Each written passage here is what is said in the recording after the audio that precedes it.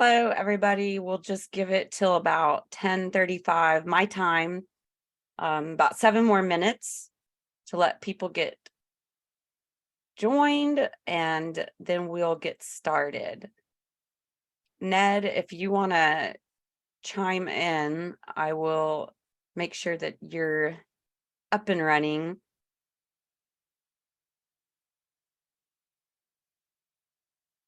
And if Ned's not here yet, no worries.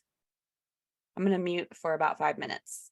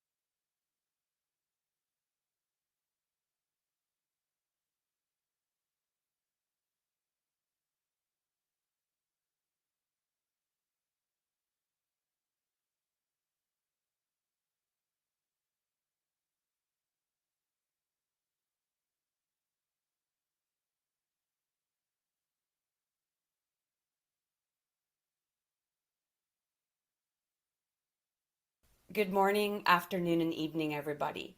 I'm Danielle McLean, Executive Director and founder of HYSKY Society. I'm so excited to introduce this month's distinguished speaker. But first, I want to tell you a little bit about HYSKY. We exist because 10% of transportation emissions are from aviation, and that number is expected to triple by 2050. We believe that hydrogen is the only solution to decarbonize aviation. There are three big challenges with implementing hydrogen for aviation. I call them the big three: infrastructure, cost, and regulatory. We work with aircraft manufacturers, fuel cell developers, hydrogen producers, and everyone in between to help lower the cost and availability of hydrogen. And of course, we work with government, industry, and other organizations to help develop a safe path forward to regulate this nascent space. HYSKY Society holds free monthly webinars on the third Monday of every month. That's what you're at right now. This is HYSKY Monthly. Distinguished speakers include folks from Plug Power, Universal Hydrogen, High Point, Highmark, Plasma Kinetics, Luftcar, and so many more. I can't even put into words how much I've learned from these webinars. So thanks again for all of our distinguished speakers. Past webinars are available on our website, hysky.org/shop. And I really look forward to seeing what we're going to learn in 2023 throughout these invaluable webinars. And finally, our flagship event, Flying High, is June 21st through the 23rd. This is the world's largest hydrogen aviation event. We are so excited. We'll have over 1,000 attendees, over 100 presentations, and the network is just going to be unheard of. So whether you're an industry professional or just looking to learn more about hydrogen aviation, Flying High will definitely have something for you. Sponsors can showcase their services or products to over 1,000 highly targeted attendees, or you can join over 100 speakers to do a presentation on your service, idea, or company. We cannot wait to work with you. Tickets are available now on our website. Get them. This event will sell out. We have a limited number of sponsorships and speaker slots available, so I encourage you to get in now so that you can showcase your technology or company or idea to over 1,000 highly targeted hydrogen aviation industry folks. It's a virtual event, but not Zoom. I can't wait to see you at Flying High. So now let's jump into HYSKY Monthly.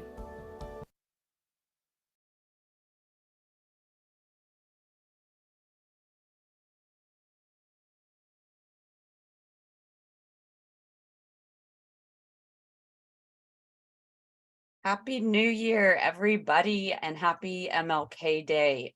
It is so good to see so many familiar names and faces. It's been a while. So before we kick off, I wanted to invite Mike Hirschberg to turn your camera on if you had. Cool, you're there. Awesome. I will let you talk. By the way, Mike Hirschberg is the Executive Director of Vertical Flight Society, HYSKY's strategic partner. So if you haven't heard of Vertical Flight Society, you should definitely check them out. Okay, Mike, take it away. Great. Thanks, Danielle. You can hear me okay? Great. So as Danielle mentioned, Mike Hirschberg, the Executive Director of the Vertical Flight Society, and we've been so pleased to work with Danielle over the last several years in what was the VFS H2 eVTOL Council. Has now evolved into its own standalone nonprofit, HYSKY Society, and just a tremendous amount of work and really giving back to the community that she's done and HYSKY has done. And it's really fitting that we talk about that today on the birthday of Martin Luther King Jr. Since it's a national day of service, and this is all about giving back to the community. In this case, HYSKY was created to really help the community. And it's really exciting to be part of creating Flying High in June. We're a black sponsor for Flying High, and really excited to take part of it and help really educate people and bring people together in this hydrogen space. VFS, just for anybody that doesn't know about us, we were founded in 1943 as the American Helicopter Society. But obviously we've evolved as the industry has evolved to become the Vertical Flight Society, and even doing things beyond vertical flight. So we recognized in 2013, 10 years ago, that there was this electric VTOL revolution coming, and we had our first workshop in 2014. And at that time, we had Bud Scriba, Louis Scriba, who's on the line here, kept talking about hydrogen. And like, Bud, this is like 10 years away, at least. So now we're 9 years later, and we're getting a lot closer. You're 10 years late. But there's now enough of zealots like you, Bud, who's realized that this technology is achievable. So with Danielle's help, 2020 we started the H2 eVTOL Council. We spun that now into two directions, complementary directions. So there's HYSKY Society, that's about the aircraft and the community and building everything we need to do and learn and have a great place to network. We also have another initiative, the H2 Aero team, which is focused on hydrogen hubs at airports. We just published a white paper a few weeks ago about that. If you go on our website, vtol.org, so vertical takeoff and landing.org/hydrogen, you'll see information about both of these initiatives. As far as we have meetings, we have community efforts, advocacy efforts. Next week in Mesa, Arizona, we have our 10th anniversary eVTOL Symposium. This is the world's largest and longest running eVTOL event. We're pretty much sold out or almost sold out for physical in-person attendees. If you want to go, you better sign up today or tomorrow, or be tomorrow morning today, or it'll be sold out. We're going to cut off registration, but we do still have virtual attendance possible. So if you haven't booked plans and hotels, you can still actually attend virtually. We also have our H2 Aero Symposium, which will again focus on the hydrogen hubs in March in Long Beach. Our annual forum in Florida is about everything vertical flight, helicopters, etc. in May. And of course, we'll be supporting Flying High in June. So I hope that was a good introduction and overview for VFS, and I encourage anybody that's interested in hydrogen electric, even if it's not vertical, to join VFS. We have a lot of events worldwide to support electric aviation and hydrogen aviation. So thanks, Danielle.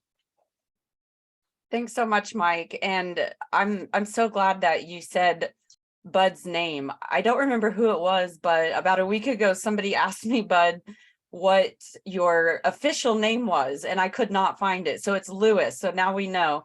But yeah, Bud's been just a huge supporter from day one since I became obsessed with hydrogen. And so really good to see you here, Bud, and everything that you've done for the community as well. We really appreciate it. I switched my name because my son is named Lewis. My father's name was Lewis. And to keep confusion away from the door, I took my childhood nickname given to me by my brother, who in World War II wanted a buddy. So I'm a buddy. Got it. You're definitely a buddy. You don't have your usual hilarious background of of the Hindenburg. And I don't know who all of you saw Knives Out, but it was maddening to see the misinformation about the Hindenburg in that movie. It was a good movie, but I was so upset by how incorrectly they portrayed the hydrogen that I actually wanted to write to the writers. And then I saw that Plug Power did a press release about it. So it's pretty funny. I encourage you to look that up. I'm going to make a video about it one of these days, but I haven't yet. So now, without further ado, I want to introduce to you today's distinguished speaker. Edward Marr is a senior partner at Carter DeLuca and Farrell LLP and joined the firm in 2002. He recently expanded the law firm to head its new Midwest office in Dallas, Texas in 2021.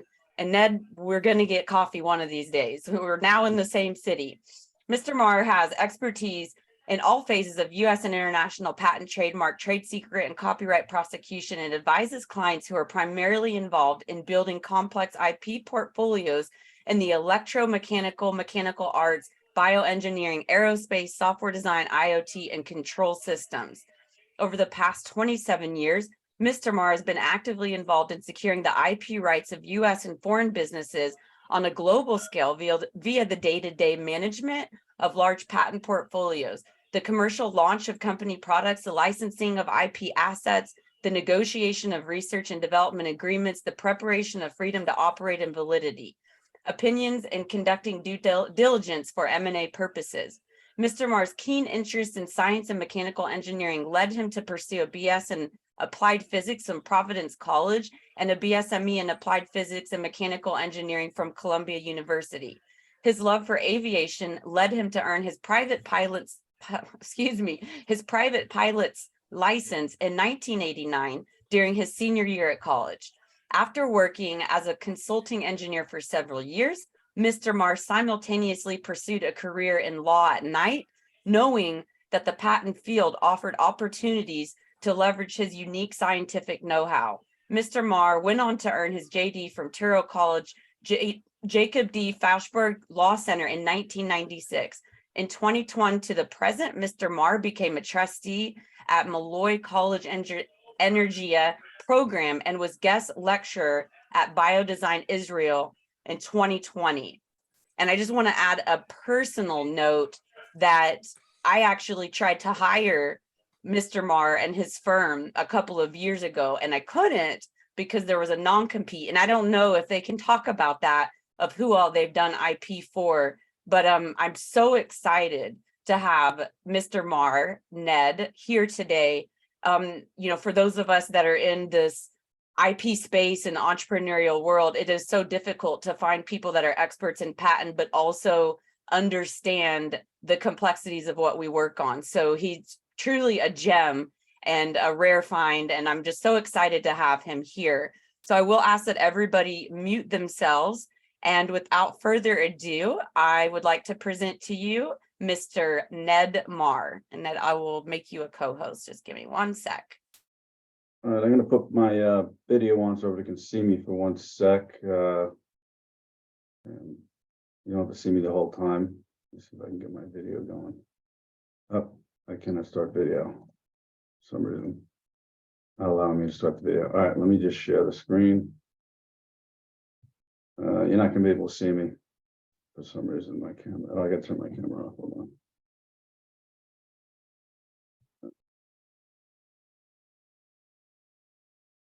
All right, let me share my screen.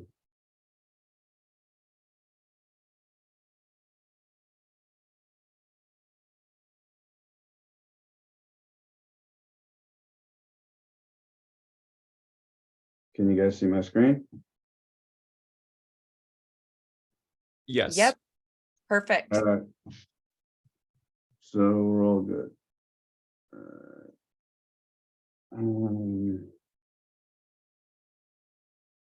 Okay, welcome everybody, and thank you for joining us. I also have one of my other partners on the phone, George Licaresos, who was kind enough to introduce me to Danielle. And thank you for joining us on Martin Luther King Jr.'s, celebration day. Just on a quick note, there are a lot of slides, and I promise there's something for everyone. I have to say I don't know the level of everyone's knowledge here of patents and trademarks, trade secrets, copyrights, but I was told maybe to just do a kind of a rudimentary introduction to everything. So I'm going to run through things kind of quickly. If anybody has a question, there should be some time at the end, and I'm happy to stay on as long as needed to answer anybody's questions. A couple quick caveats. I'm going to be going over some strategies at the towards the end here. Now, these are strategies that I have used, in particular with some of my clients. That doesn't mean these are the only strategies. If your patent attorney has used a different strategy, that does not mean that strategy is wrong. Most patent attorneys are pretty sophisticated, and by and large, they're all pretty good. We all went to a lot of school. and every circumstance has its own set of facts, and don't think that because they didn't do it this particular way that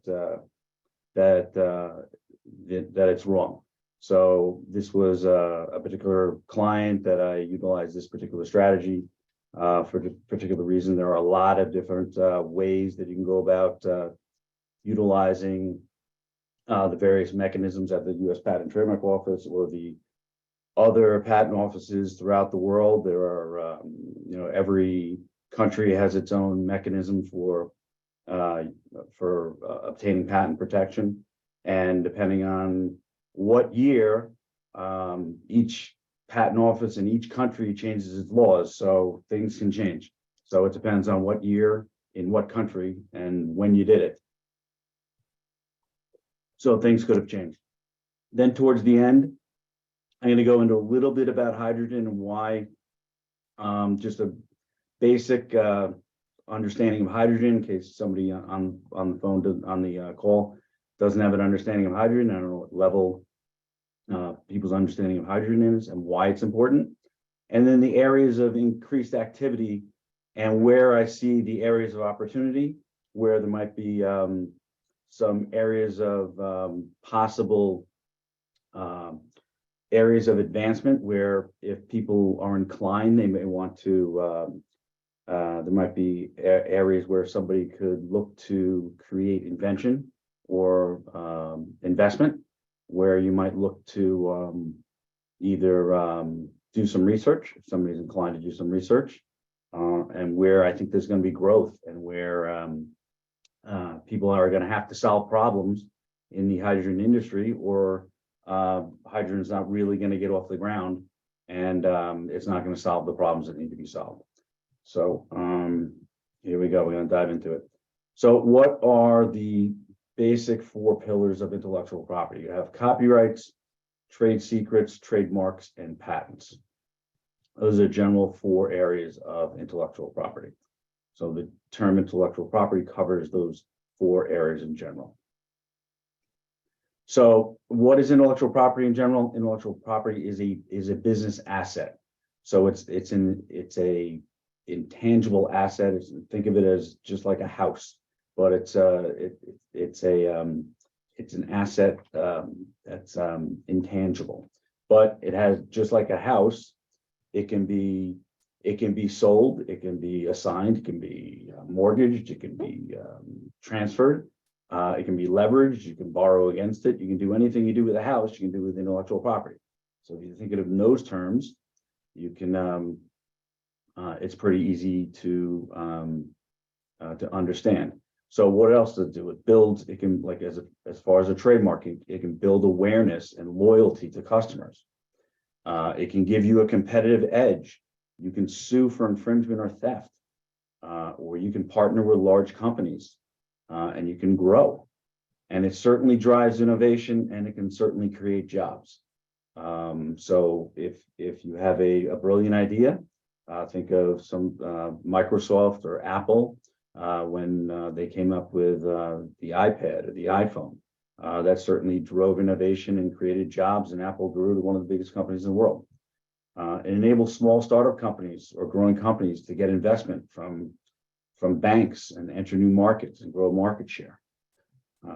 Tech startups and small companies with IP are significantly more successful than companies that don't have IP and intellectual properties. It enables them to grow not just in the United States, but enables them to go to countries. It enables them to go to China and India and Europe and sell their goods to other countries and to other markets, not just the United States, especially if they're successful. So copyright. Let's dive into a little bit deeper here. So a copyright is an original work of authorship, fixed and tangible expression or form.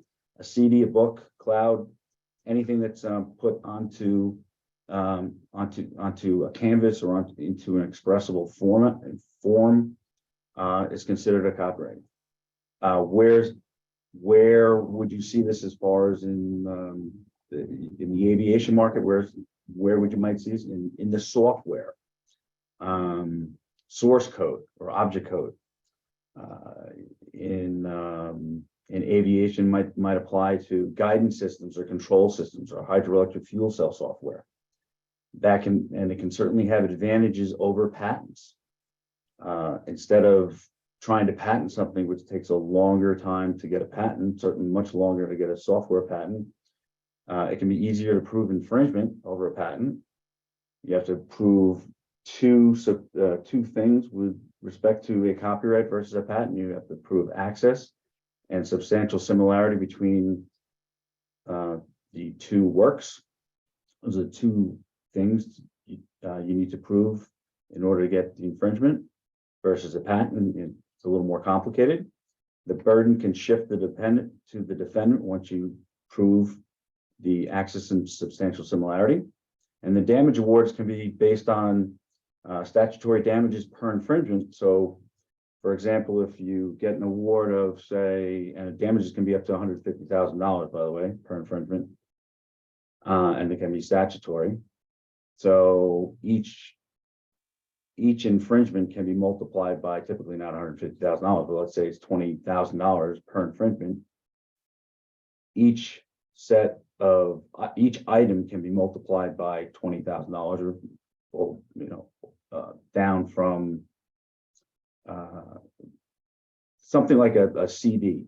If a CD is found to infringe, each CD can be multiplied statutorily by that infringement number if it's statutorily infringed upon. And then there's actual damages, and the infringer's profits can also be part of the damage award. So not only is it easier to get prove infringement, but the damages from the infringement can be greater. So in certain instances, copyright can be more easily obtained than patents, quicker, and the damages can be greater. So it might be a better avenue than copyrights in certain situations. The one thing you need to know is there's no international copyright protection. So unlike patents and trademarks, you can't file something in the United States, and then there are no protocols that you can file the same copyright application internationally, which is a difference between trademarks and patents. And then there's different ways that you the life of the copyright is how it's justified, or how long it lasts. And these are some examples. And then you have trade secrets. Trade secrets, this is confidential information that provides competitive advantage. The one big thing about trade secrets, well, there's two things. One is positive, one's negative. Trade secrets have no expiration. So as long as you keep it a trade secret, it can last forever. Think of the Coca-Cola formula, or the recipe for Kentucky Fried Chicken. So as long as you keep it a trade secret, it has no expiration, which can offer significant advantages. However, it can be reverse engineered. So people constantly try to reverse engineer the Kentucky Fried Chicken recipe and the Coca-Cola recipe. And once it's reverse engineered, you can't sue somebody for reverse engineering it. That's a problem. The other issue is reasonable efforts must be taken to maintain the secrecy. So if you don't, and I think there's 11 factors that have to be taken into account. For example, you have to have non-disclosure agreements, employee handbooks, where you have to take particular care with your employees to make sure that they don't divulge the trade secret.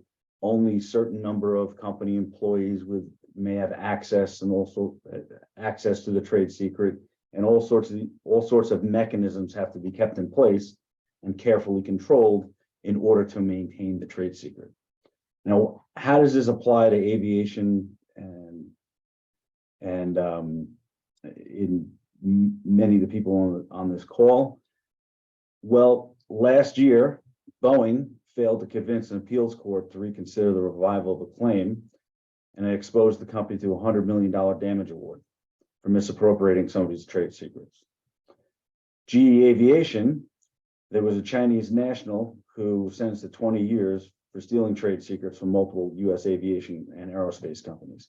So Boeing and GE Aviation, and there are a bunch of other aviation companies, they maintain trade secrets. Now, it seems kind of odd that a major airplane manufacturing companies would be maintaining trade secrets over patents.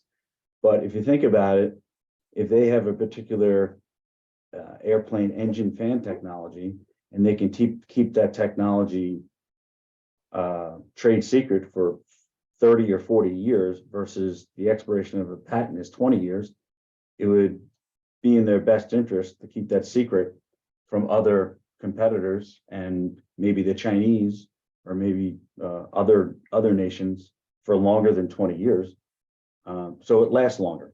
And as long as they can keep keep that technology to themselves, it would last more than 20 years. Or another prime example would be submarine manufacturers keeping how they keep the cavitation of their propeller designs secret. That's another prime example of how the cavitation, the various cavitation designs and how they keep the propellers from cavitating in the water. There's plenty of trade secrets surrounding those technologies. And that's all propeller designs, and it's similar to the aircraft fan designs, I'm sure. Trademarks. So trademark is a recognizable sign, design, or expression which identifies products or services of a particular source from those of others. A trademark again is perpetual. It lasts as long as you can show actual use of the trademark. However, you must continually use the trademark and you must continually use it properly. Meaning that you must use the trademark in the same fashion. So the distinction here is there are two ways that you obtain a trademark. One, there's a broad sense where you obtain a trademark that would be the trademark in a block letter name. So in other words, the name McDonald's, not the logo McDonald's, just the name McDonald's associated with hamburgers, and not the Golden Arch McDonald's that you see every day. And then there's the Golden Arch McDonald's that you see every day. So they have both trademarks. So the Golden Arches McDonald's, if they started making the Golden Arches a different color, that would be improper use of the Golden Arches, and they would quickly lose the right to use the Golden Arches after 3 years. However, the name McDonald's, they can use that in any way, shape, or form that they want to, because that's a broader trademark. So the continual use of the mark in the proper format is very important to continue to being able to maintain the registration of a mark. So it depends on how you got the mark in the first place. So, and that's all part of when you are applying for the mark, and it depends on which type of mark you're applying for, whether or not you're applying for a logo or whether or not you're applying for a standard character mark. And that's like right down here, SpaceX. This is a logo. That's a logo. They both get the R in the circle right here. I don't know if you can see my cursor. These are all logos. Carter DeLuca, here's a logo. If you were to get SpaceX with just the word SpaceX without it in logo form, that would be a block letter format standard character mark where they could use it in any way, shape, or form and change the logo 100 times. It wouldn't matter. So it's important to it's better to get the mark in a broad standard character mark so you can use it in any way you want. So that's just a little tip. There's also the Madrid Protocol, which is a process of registering the marks internationally. We said before that you couldn't do that with copyrights. The Madrid Protocol allows you to register the marks in an international fashion. And here it is, the Madrid Protocol. So what does the Madrid Protocol allow you to do? It allows you to register the marks internationally. Now, why is that important? Well, trademark protection is limited to the country where it is registered. So if you register a mark in the United States, that mark is only registered in the United States. It is not registered anywhere else in the world. So if we go back, SpaceX is registered in the United States. That means somebody can use SpaceX in Europe and you can't do anything about it. So if somebody in Japan registers SpaceX and they're the first filer, they beat you to the punch. So the problem would be you would have no rights in Japan to the mark SpaceX because they filed it before you did. So there's a difference between user and filer. So whoever used the mark first in the United States, Australia, or Canada has the right to the mark in that country. Whoever files the mark in Europe, China, or Japan has the right to that mark in that country. So that's a big difference between the United States, Australia, and Canada, and Europe, China, and Japan. So yes, you can lose the rights to your name in a foreign country. So if you have global aspirations to sell your goods or use your services in a different country, you need to sit down with your patent attorney and discuss things and make sure you have a plan, a game plan where you're going to be. It's not really that expensive to think ahead and register your marks in different countries. And there are mechanisms that you can use to obtain priority prior to using the mark. You can go back 6 months, for example. So there are two options for international trademark registration. One's to file directly, just file directly in any country, or you can use the Madrid Protocol, which is an option which allows you to, which is an international agreement between various countries, which allows you to file a single application, a single international application, and then designate various member countries all at once.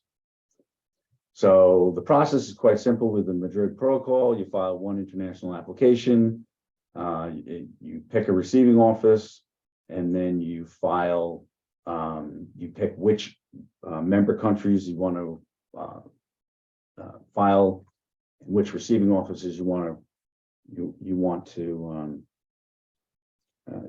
so which countries you want to eventually have a trademark in. So it's one international application. Which countries eventually do you want to have a trademark in those countries? And then you hire a local counsel if you want to enter into those countries. And then once the international application is finished, you can enter into those countries all at once. The difference is everything is handled at the international level. And then once the international application is approved, you go into the national countries all at once. The caveat to this is if the international application is attacked, it's called a central attack. Your designated other applications are all, so if your international application is attacked and canceled, all the national registrations get canceled as well. It's known as a central attack. However, you're given an opportunity of 3 months to convert all those national applications to, you can convert all those national applications at that time, but then it gets very expensive and you might not want to do that. So let's see. So these are just things you want to consider if you want to protect internationally. Is there a future value of your company? Would you lose value if you don't protect your trademarks? If you were not in that country, is there going to be a value? Where are your competitors now and in the future? If the mark SpaceX is not over in Europe, is somebody else going to take your name? So those are all the things you need to consider from an IP perspective. The biggest one I think is if somebody takes your name, what's going to happen? Is it going to damage you? Which if you don't care if somebody takes your names or somebody's selling goods that are similar to yours in another country, what's that going to do to you in the United States? That to me is the biggest factor. Patents. All right, this is the crux of everything. So what is a patent? A patent is a right to exclude others from making, using, importing, offering for sale, or selling your invention in the jurisdiction you have patent rights. It's in the jurisdiction you have patent rights. So the United States, Europe, Australia, Japan, every country has its own patent laws. That's very important. They're all different. They all have very different mechanisms for obtaining a patent, very different mechanisms for enforcing patent rights. So in exchange, what do you get for getting a patent? Well, a patent is a monopoly. So it's a limited monopoly. So in exchange for getting that monopoly, you are disclosing your invention. You're not keeping it as a trade secret. After the expiration of the time frame and the patent expires, you're going to release your invention to the public. The term is 20 years from the earliest filing date in most major countries,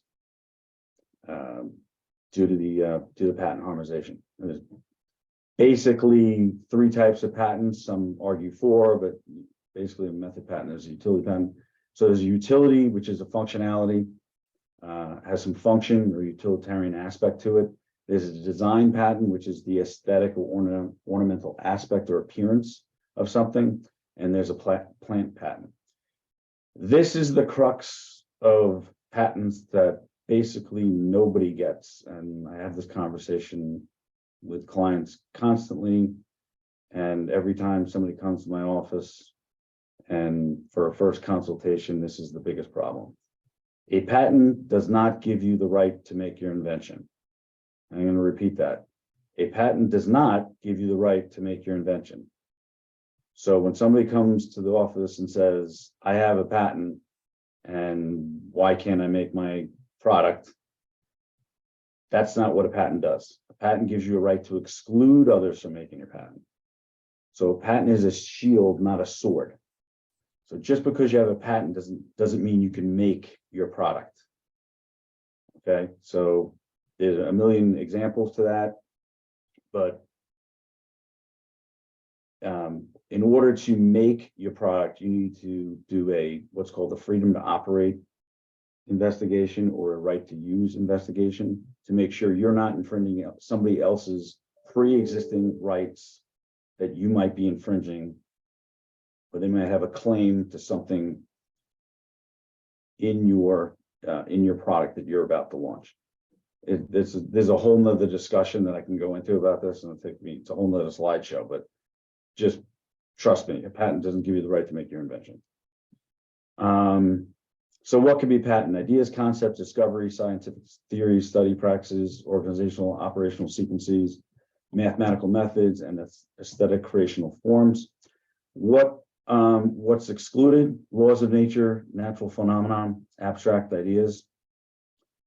Be careful how you claim software and software hardware inventions to avoid, this is a 101 rejection. Very common now with software patents. There are ways you can get around it. This might come into play with some aviation stuff with in particular software and algorithms and control systems. Generally, U.S. patent requirements has to be new, useful, and non-obvious. These are 3 aspects to every invention right here. So it's novelty, usefulness, and cannot be obvious over something that is pre-existing. So useful provides a benefit to society. New, not prior art, not already publicly known, patented or published. Non-obvious. Obvious measures the difference between what is in the prior art, what is known, and what is claimed as the invention. It cannot be suggested or there must not be a pre-suggestion or must not be a suggestion in the prior art regarding your invention. Compared to the European patent requirements, which I'm bringing this up because this is going to be one of my patent strategies I'm going to go over. There are 4 basic requirements for patentability, which are very kind of similar to what we're going to be going with. What in the United States, there must be an invention belonging to any field of technology, susceptible to industrial application, new and inventive step, which is similar to non-obvious, So generally, the patent requirements are similar to the US. In Europe, just as a caveat, medical, surgical methods and method of medical treatment are not patentable. I say that because that's one of the areas that we, at DeLuca, we do a lot of medical device patents. So general patent requirements for software. This is a very hot topic in patent law these days. And with AI and algorithms, AI is just all over the patent office, and it's an extremely hot topic. So I thought I'd bring it up here because AI and with airplanes or AI and airplanes are probably likely to cross paths. The AI and everything's crossing path these days. So just in case anybody's thinking about artificial intelligence and aircraft, and I'm sure it's being talked about and with many of the systems integration and landing and takeoff, and more than one category of aircraft artificial intelligence being talked about, I'm sure. So mathematical concepts, methods of organizing human activity or mental processes. In order to patent software, the algorithm must be claimed in a series of steps, and the specification must have support for how the steps solve a real world problem. So in other words, the key words that you need, it must involve a significantly more than an abstract idea, or the software is more than well understood routine or conventional activities in order to meet the eligibility criteria. So a general rule of thumb is that the algorithm has this significantly more characterization is to demonstrate the invention is directed to an improvement over the current state of art and to solve the real world problem. And if anybody's interested, you can just go, there's a whole section at the USPTO website where you can access the latest guidelines, and they go into a whole series and directives on the latest guidelines, and they give you real world examples on how you can what you can add to your patent applications and get over what is called the Alice decision, on what they mean by significantly more and the well understood routine and conventional activities in order to meet this eligibility criteria. It's a really, really hot topic. I mean, if you can just Google it and AI and patent, and you'd be flooded with activity. Or just Google the Alice decision. It's all over the place. So good patent filing and prosecution strategies. So this is sort of a standard way that you go about prosecuting a patent in the United States. I'm going to quickly run through this. Now, this is all going to lead up to kind of some good strategies that I would recommend using for going about filing some patents in the US and in Europe, and some neat tricks that we're going to get into. So one of the first things I would say, if there are any companies on board here, you got to have employment agreements in place, because a lot of companies, especially tech startups, they just don't have employment agreements in place, and their employees come up with a great concept, and 1 or 2 years into it, and it's 2 founders, and then they hire a few people, and then one of the employees comes up with a great concept, and then it turns out that they don't own it, and then that person with the great new concept takes off on their own, and then there's a big problem. So if you're a startup, make sure you have employment agreement in place with any new hire. I cannot emphasize that enough. That's extremely important. And in that employment agreement, you're going to have non-competes, the company should own all intellectual property rights. So first step is the invention must be conceived and reduced to practice. And reduction to practice does not necessarily mean that it needs to be a working model, but you should have drawings and formulas and put it on paper. It must be an actual concept. It should be enough that it solves a problem. It should be enough of an explanation that it has a solution, and it should have some supporting figures and documentation. It just shouldn't be just an idea that has some semblance of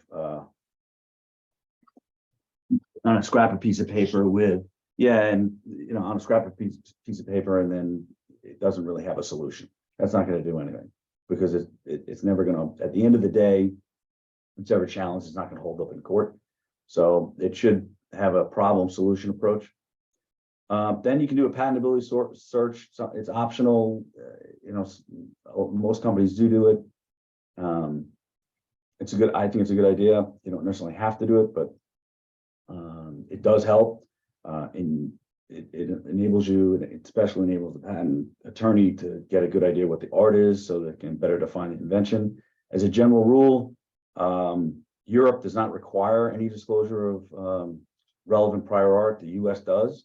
So it enables the US patent practitioner to cite what's called all the art that's uncovered and what's called an IDS.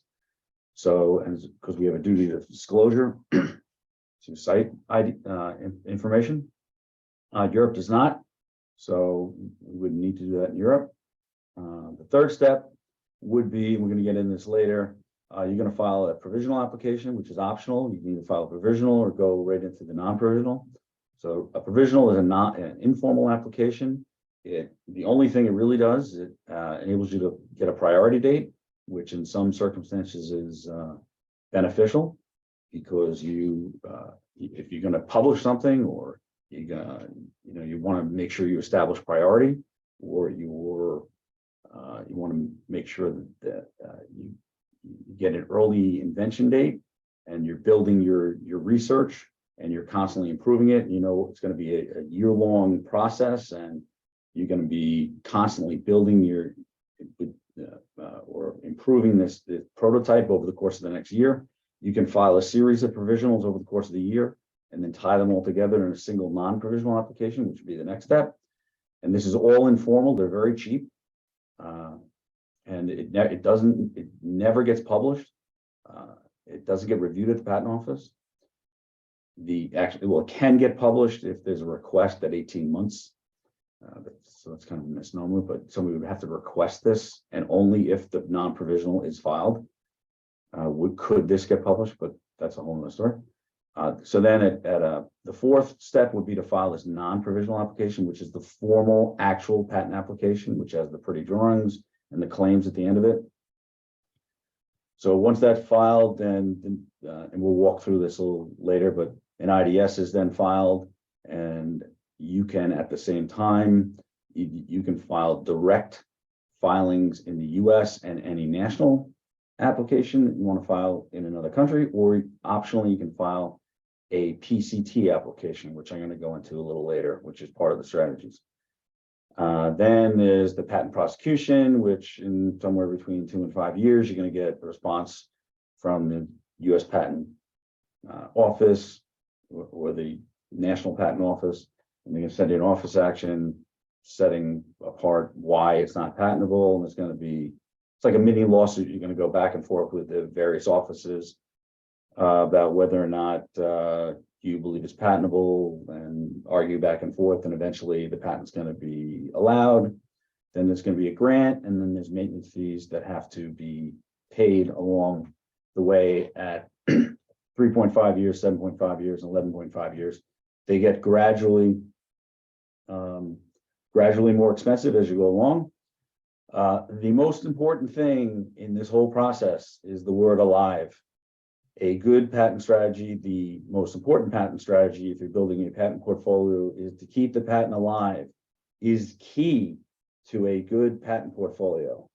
And I'll explain this later, but in order to ward off competitors, the most important part of a patent portfolio is they maintain a good patent, a well-written patent, a well-written patent alive, which goes back to this portion, the provisional patent application, why it's important to have it's important that the provisional patent application is well-reasoned, well built out, and you take your time with the provisional application, and you pile on with all the research, and maybe you file 3, 4, or 5 of these, and you build it all up to a single non-provisional application, which has more than one invention in it, and then you keep it alive, and you file cons and continuations off the original non-provisional application. And I'll go into that later, but that's how you build a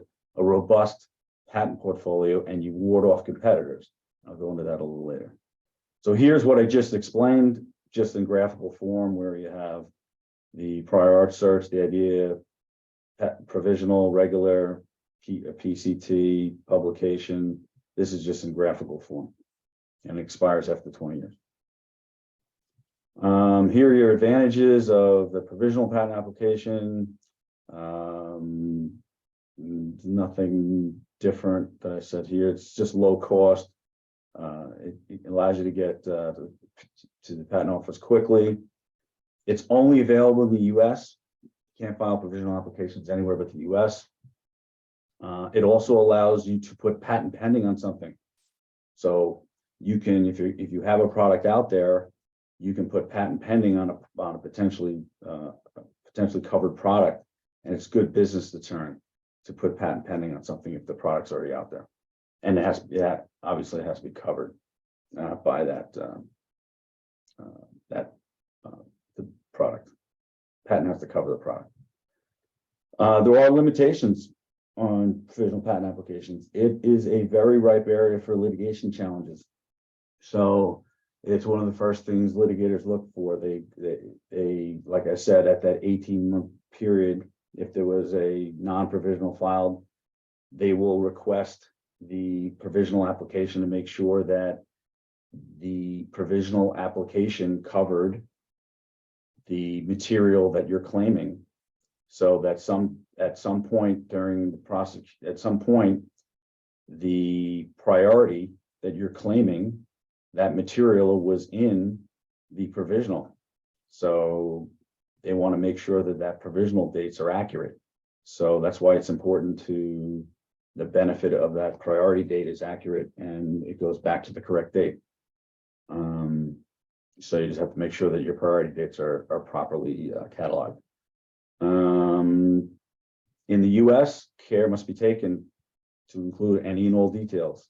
Pictures are worth 1,000 words, so make sure you include a lot of figures. In Europe, not so much. So we'll get into this later. There's a very strict compliance in Europe. Let's see, what's this? Well, this is what I'm going to get into later with the Europe. If possible, prepare a provisional application in a manner that complies with the same formal requirements of a non-provisional application for best results. So, I'll get into that in a minute. All right. So here's the international patent protection.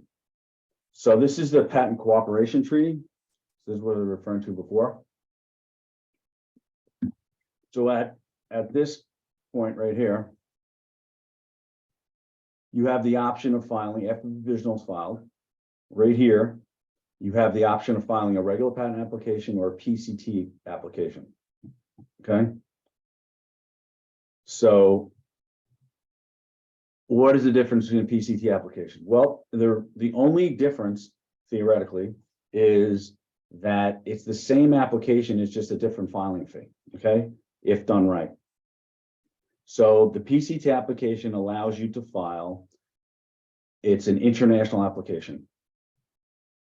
So if you build up all your provisional applications and you prepare that non-provisional application, you can take that same application and instead of filing it in the United States, you can file it internationally, which is a pretty neat mechanism. What does it do? So that same international application, this international application it's about $1,500 to $1,700 more. And it's one application filed at a designated receiving office, which can be the United States or can be Europe or a couple other receiving offices. You file it at that receiving office, and it allows you to designate any number of member countries. So you can designate them all for one fee, and now it's patent pending all over the world. So now that single application can be patent pending all over the world, and you have a period of 30 months from right here, 30 months, and it's patent pending all over the world for 30 months. Technically, you don't really have to do anything except file the demand right here, which I think there's a small fee for filing the demand. Maybe there's not, there might be a small fee at this point. And then you're patent pending all over the world for 30 months. So from a company standpoint, you can say that your one patent is patent pending all over the world for 30 months, which from an IP asset standpoint, instead of just being patent pending in the United States, you're now patent pending all over the world. That is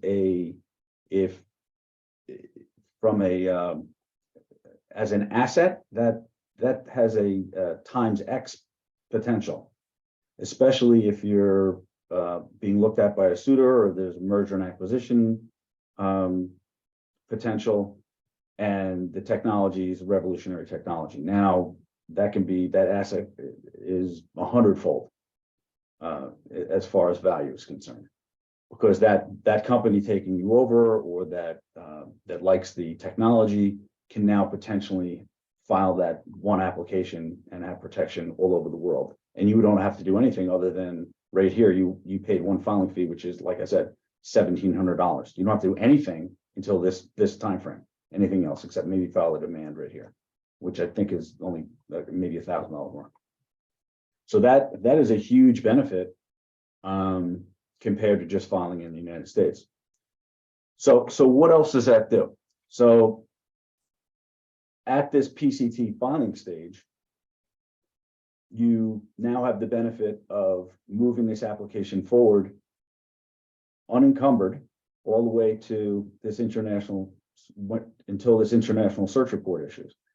Once this international search report issues, you now get a search from an international search authority, which gives you an opinion about whether or not the subject matter of what's in here on your set of claims has patentable subject matter in it.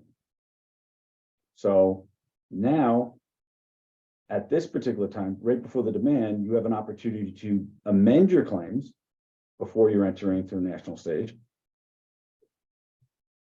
and then file a demand where they can examine your amended claims and issue a preliminary examination report, all prior to going national. So if you can amend your claims based upon the international search report, now you're in a position where you think you have allowable subject matter. You don't have to amend, let's say you want to go into 30 countries, your application 30 times before 30 different offices. It's all done at an international level. So it's a tremendous cost savings. And now you're going in with claims you think are in condition for allowance before you enter into the national phases. Now, you don't have to go into any national offices here. You can just go into the US and call it a day, just like you would have here if you want to, or you can go into as many as you want. It doesn't matter. So that's a tremendous advantage. And what did it cost you? It cost you $1,500 to $1,700 more, but you allowed it to you obtained patent pending global status for this entire time frame. So, it's worth the gamble, I think. Or you can go to one or two countries. You can go into European Union, whatever you want to do. So it's a very good global strategy. And then now I'm going to get into some other strategies here. So here's what I just talked about. Now, there are other avenues for international protection where you can accelerate examination based upon what happens with the international search report and what happens here. And also, if you simultaneously file a PCT application and a US application at the same time, you can fast track applications in the US or at this 22-month stage, and then use what's happening in the United States and use what's happening here to accelerate examination in any one of these stages, which is what I'm going to talk about right now, which is the patent strategies I'm talking about with the companies that we've worked with. So this is what these red highlights are here. So here's your PCT filing strategies that can be employed to take advantage of the patent prosecution highway and what's called track one. And this is all I've talked about. This is where I'm getting to. So track one, prioritized examination. This is a US only example. So track one is only available in the United States, and it's expensive, but if you want to get a patent to issue, this is the way to do it in the United States. It is, for a large entity, it's $4,200 just for the track, just to get the prioritized examination. This is large, this is small, and this is micro entity status. And that's, if you're not aware of that, that's different statuses that are afforded to different size companies. And that's on top of normal filing costs. So there's normal filing costs associated with US filings. So that in order to get track one prioritized examination, this is all do it filing, these are the requirements. The specification including must have claims. There are no multiple dependent claims, no more than 4 independent claims, no more than 30 total claims. You have to have drawings, you have to have oath declarations signed by all the inventors at the time of filing. Filing, search, and examination fees must all be paid up front. Processing fee and prioritized examination fee, everything must be paid up front. So, and this that's track one, prioritized examination. This is the patent prosecution highway program. This is not exclusive to the US. Track one is exclusive to US. So the patent prosecution program, there are actually 2 patent prosecution highway programs. One is standard and one is the PCT patent prosecution highway program. We can go over both of them. So once an applicant has received an allowance of 1 claim at any participating patent office, the applicant may request expedited examination of a corresponding claim in a corresponding application that is pending at a second patent office. So, so there's a better one. Let's look at this is easier because they're both here. So this is the standard one. This is patent prosecution highway standard, and this is patent prosecution highway PCT down here. So here's the standard. Here's your first application here. So you go regular search. You have an allowable claim in the first application. Here's your second application that was filed at a corresponding second filing at a second office. Let's say it's filed in Europe, right here. So that's just plugging along in Europe. You have a search, an examination in the US. You have allowable subject matter. You can immediately request, once there's allowable subject matter, immediately request patent prosecution highway in this European application, which will accelerate examination in Europe because the claims are the same. So that'll accelerate examination and that'll issue much quicker. So that's the normal patent prosecution highway. Okay. Now the international, it's very similar. So you have your PCT application. Here's your search. Here's your international search report, or your international preliminary examination report. You're split into the regional phases. So you go into application A, B, C right here. You have examination. You have allowable subject matter in application A, which is going to, it's similar to up here. So you're going to request via the Patent Prosecution Highway Accelerated Examination. So this is very similar up here, okay? However, down here, you get a positive opinion in the search report. So this is just based on a positive opinion in the PCT search report. Not allowable subject matter, a positive opinion. By virtue of a positive opinion in PCT PPH, PCT Prosecution Patent Highway, you can request accelerated examination. So the difference is here you need allowable subject matter, here you just need a positive opinion. So this is a huge tool that we use where just based on a positive opinion, you can accelerate examination. So when we advise clients, we use this all the time. So when we get a positive search report, we request PPH and we get accelerated examination in corresponding cases. And it just sails right through. So here are some examples. So in the US filing market, with a US market, so here's your provisional applications. So we're advising clients that here's your original plus all the improvement and provisionals over the course of the year. So you have an original concept and then you have 3 or 4 provisional applications that you tack all together. And at your 12-month filing date, we file a track 1 US application and we file a PCT application at the same time, right? And it goes all the way along.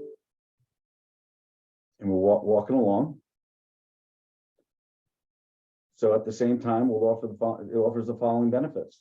The track 1 will have a final disposition within 12 months, which will allow applicant to review the prior art of the relevant search authority and maybe a second search authority at 16 months.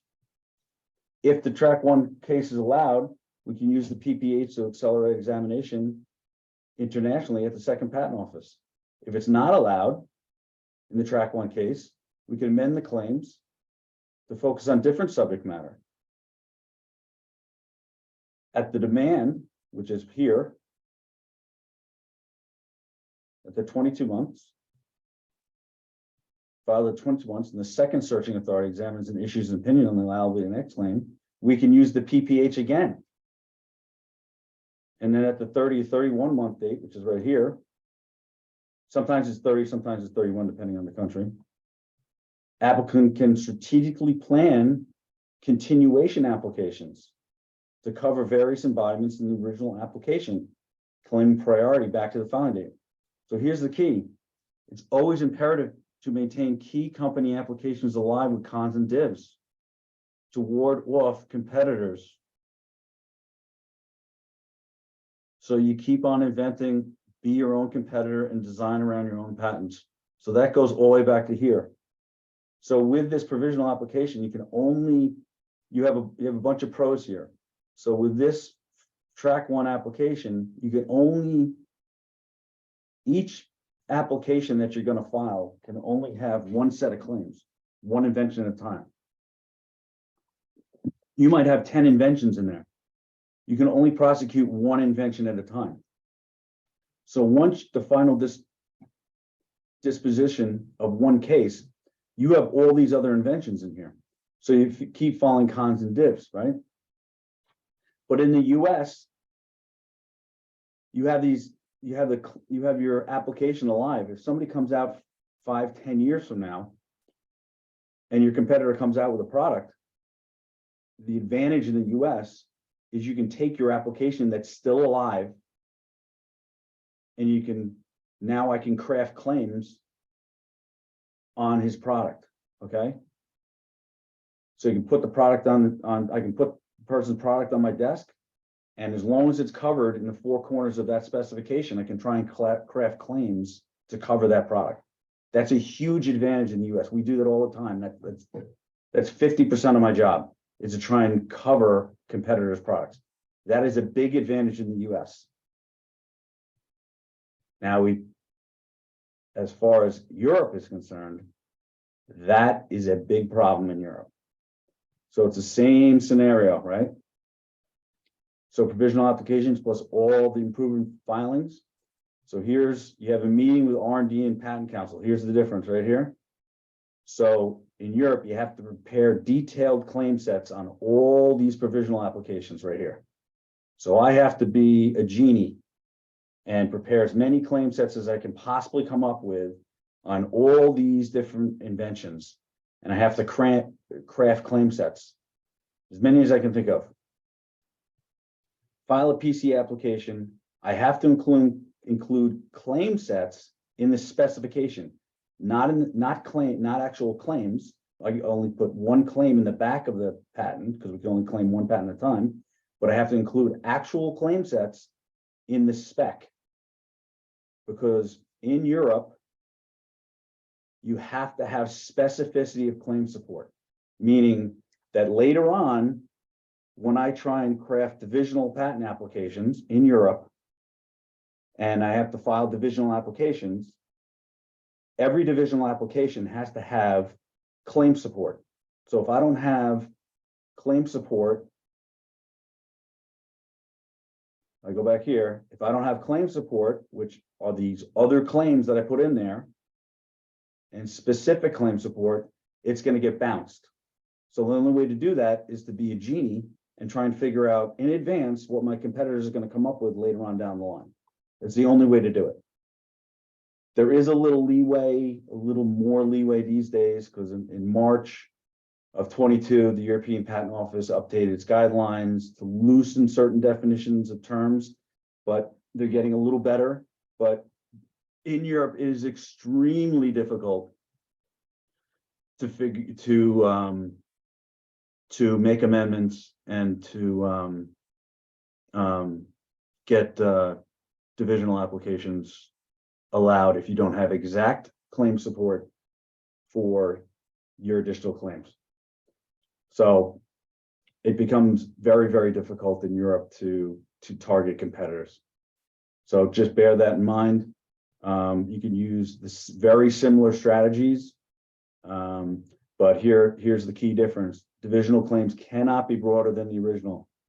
So not that you'd be going after divisional claims would be going after different embodiments, but the big difference is you need to plan your claim strategy before filing the PCT.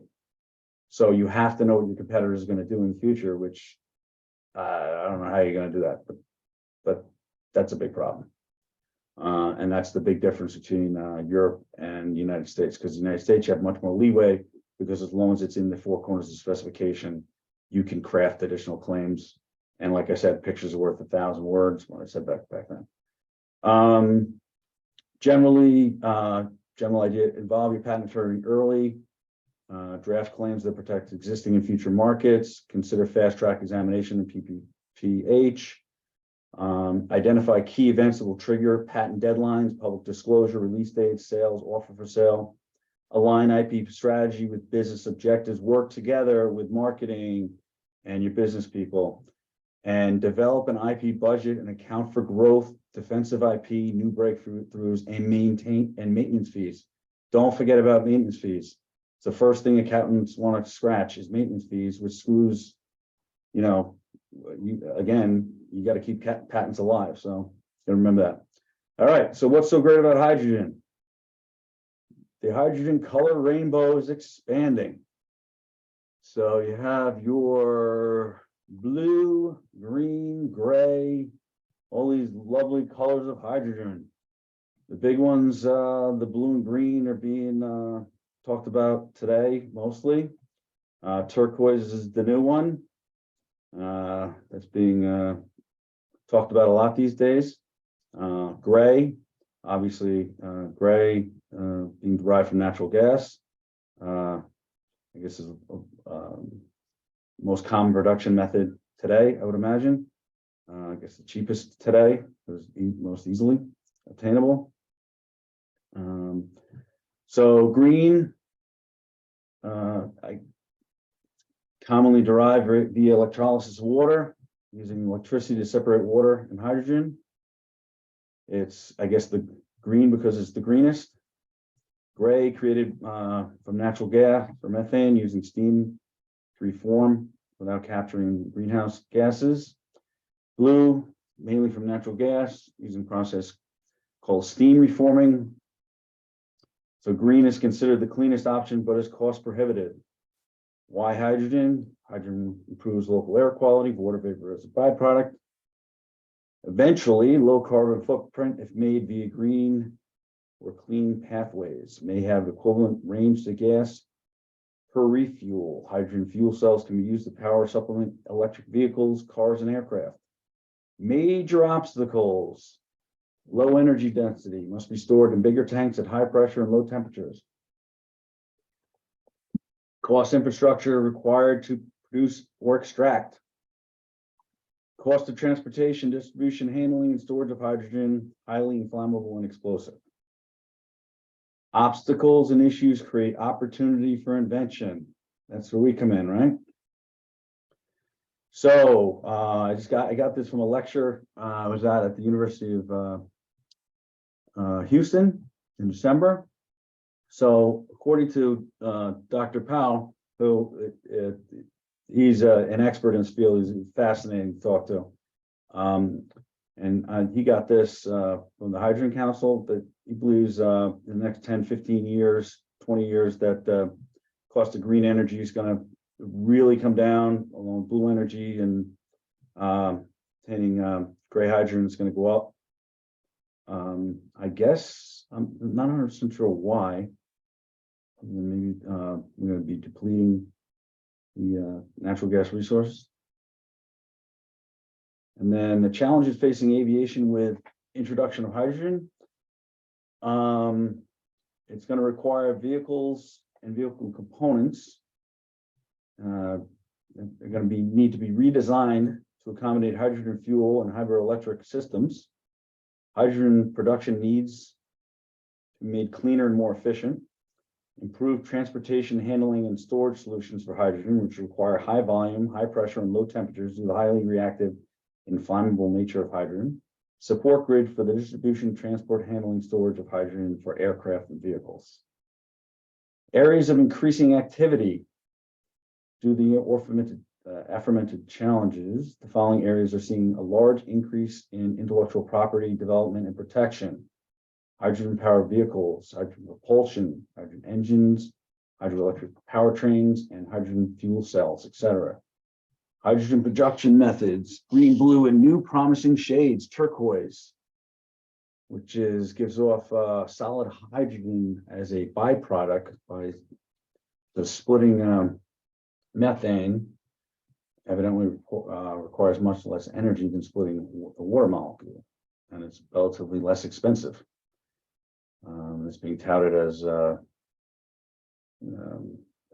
very highly reliable resource. Hydrogen storage, transport, and handling. Hydrogen infrastructure, pipelines and fueling stations. Hydrogen fuel cell and powertrain control systems. One of the companies we used to work for, Zero Review, is highly into this area. They're doing quite well, evidently. Recent studies giving rise to opportunity for invention. The Target True Zero initiative, which was launched in 2021, brought together leaders, fact-based perspectives on alternative propulsion. Basically came out with 3 promising alternative propulsion aircraft that could offer viable alternatives to carbon emitting aircraft. It was full battery electric aircraft, but that was mainly for short distances.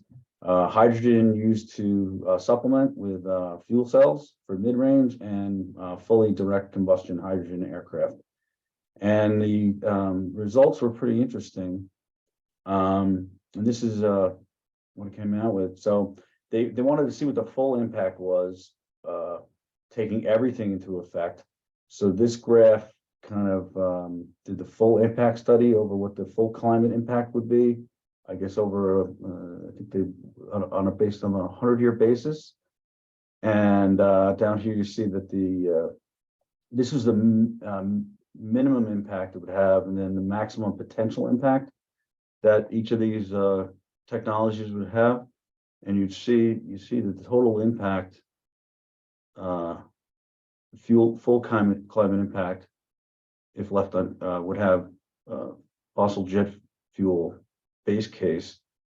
It's a significant impact. I don't know what the actual scale. I guess it's just a scale. They don't say what the actual number scale is, but compared to blue, green, and battery. But interestingly enough, battery. Look at the maximum potential impact battery could have. I guess that's because they don't know how to get rid of what to do, how to recycle the battery impact with today's batteries, I guess. But what came out of it? Well, this is where the opportunity for invention came out of it. So where will invention come out, and where we'll see a likelihood of increased patent activity? Improving battery life cycles and management for aviation, improving battery electric aircraft density, developing lighter storage tanks for liquid hydrogen, redesigning aircraft for optimized hydrogen performance, and contrail research and mitigation, which this I found fascinating because I didn't realize that this was such a problem. And even the study back here admitted there was limited understanding of the contrails. So I guess that's going to be a big area of research. Investment into hydrogen and the various companies. So interestingly enough, at the beginning of the Danielle was going over she was able to enlighten me on that HYSKY had a lot more impact than I knew in this area, but we were able to find that no U.S. government investment specifically into hydrogen-powered aircraft, unless maybe you guys know of stuff that I don't know about, but there is a $750 million plan to be invested to reduce the cost of clean hydrogen technologies. The DOE launched a hydrogen shot in 2021 to reduce clean hydrogen by 80% to $1 per kilogram within a decade. There's a goal of net zero carbon emissions by 2050. And then here are the various aviation companies that some of them that we know about that are investing in hydrogen technology: American Airlines, Zero Avia. And then Airbus announced its plan to bring zero emissions commercial aircraft to market by 2035. Test flights estimated for 2026 and zero emission aircraft by 2035. And this is the areas that our attorneys are well versed in many of these areas. And we have one or more scientific degrees in many of these areas. And we have a whole bunch of attorneys that are happy to help you guys if you need help. And that's about it. And thank everybody very much. Wow, thank you so much, Ned. I learned a lot. We only have a few minutes for questions. So if anybody wants to ask, I have a couple. Sure. But you can go ahead and unmute yourself and just go ahead and ask, or throw it in the chat. I think I did see one. Somebody asked, can punctuation marks, this is Tom, can punctuation marks be used as part of block letter design? For a trademark? I think, yeah, that was towards the beginning of the. Yeah, as part of a trademark, absolutely. Cool. Now this is probably a gross simplification, but I just want to make sure that I understood what you were saying about the 30-month thing. And again, if anybody has a question, feel free to, jump in and just ask. So are you saying for your provisional, you could do it, just the regular way? I think I paid like $1,500 to do that, but for another $1,700, and that got me in like 12 months provisional. So to use your language, to keep it alive for 30 months, it's just like an additional $1,700. Did I understand that correctly? So the provisional application, first of all, you paid way too much for a provisional application unless it was more detail than, It was very, very detailed, and then we did some in-depth okay.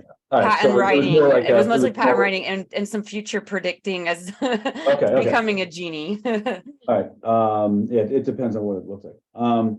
So the provisional application, you have to convert the provisional application at 12 months to a non-provisional, Okay, or you lose your priority date.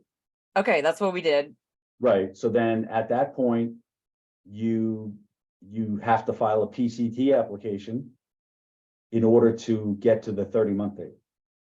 Okay, I see. If you don't file a Gotcha. PCT application and you convert it to a non-provisional, US non-provisional, then it's just a regular US case, and then you wait for your first office action. Gotcha. And by the way, I tried to hire you guys. I couldn't at the time. So, but now I can. That's So George's yeah, we'll fault. What? It's George's fault. He's got too many clients. Yeah. Does anybody want to ask anything? We are at the hour mark. We probably, if Ned, if you have time for a couple questions, we can go ahead. Cool. All right, I'm gonna mute. Go ahead, Bud, you're up. Yeah, this is not a question, it's a comment. Ned, congratulations. That's the best overview of intellectual property I've heard in 50 years. So Thank you. if I had an infinite amount of venture capital, you'd be hired tomorrow by me. I'm serious, you're very, very good. Two things, actually it's one thing. I was in central research of 3M back 50 years ago, and the management did not like patents, because what you're doing is you're teaching the whole world a method to do something for them to immediately read the patent and figure out how to do it better. A lot of people at 3M would read patents to figure out what was good, and they're going to replace it with something better. So it's really a sort of a leaky sieve under the circumstances. 3M loved intellectual property, and the trade secrets that 3M had, some of them were basically ripoffs of other people's patents. 3M had a process that they made billions on, but it came from, the core technology came from Xerox. Xerox had patents all over the place, and they were violating a Xerox patent, but nobody knew it because it was our trade secret. So I really like trade secrets, and patents really are, you got to have a lot of patents to be impressive to the venture capitalists. They're going to say, how many patents do you have? And otherwise, they're not going to give you a nickel. So thank you very much. Excellent presentation. Come back. But I don't think I agree with much of what you said about hydrogen. I would, and if anybody cares about hydrogen's storage, how do you store it? That's who I am. I know how to make a tank. I've tried to get people to invest in making a tank that would store it correctly. So bye-bye. We'll have to get Bud to present on his tanks at a future webinar. Yeah, let's do it. Let's totally do it. And I will say our last in September, I think is when we met last, we did have Plasma Kinetics, who's working on solid state hydrogen storage where you don't need a huge tank. Right. And Bud disagrees, but I would love, yeah, we'll have to get you for a future one, because I'd love to hear your thoughts on that, because I'm really intrigued by that technology. Does anybody else want to unmute and ask anything before we end this? You know, I put this in the chat, and I'll just tell you again, that if I had met you a couple of years ago, you'd have saved me at least $10,000. I mean, seriously, because a lot of this stuff, I'm going to watch this recording. You've given me some homework.